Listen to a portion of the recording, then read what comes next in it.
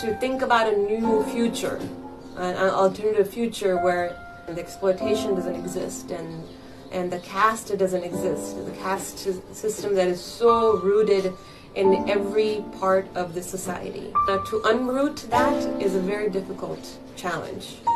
And I think that's the challenge that my dad and my mom and Shramik Mukti Dal has taken up.